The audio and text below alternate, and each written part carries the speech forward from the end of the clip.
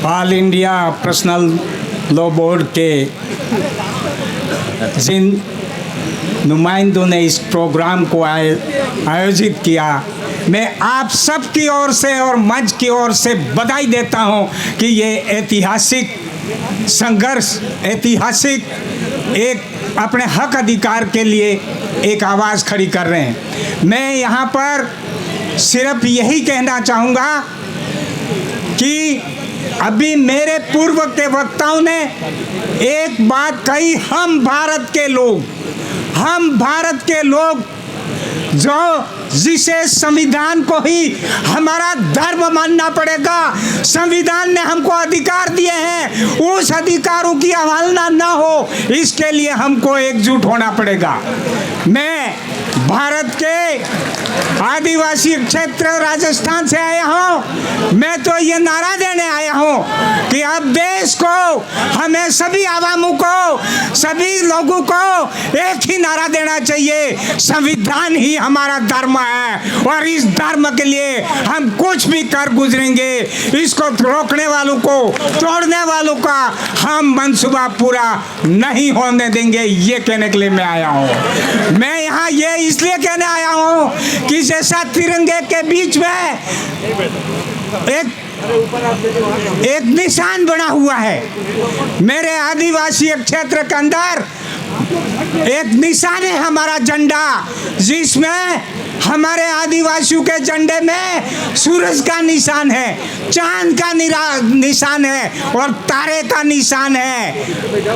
इसका मतलब यह हुआ कि सूरज मानने वाले हो, चाहे तारे को मानने वाले हो, चाहे चांद के मानने वाले हो, को आदिवासियों का मूल धर्म है।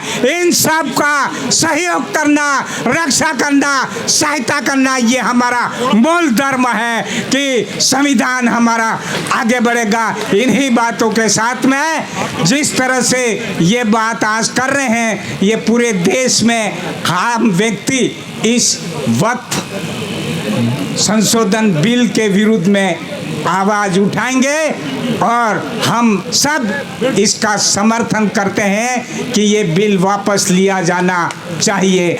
इन्हीं शब्दों के साथ में एक बात बैठे के अपनी बात ख़त्म करता हूँ कि डूबते हुए सूरज ने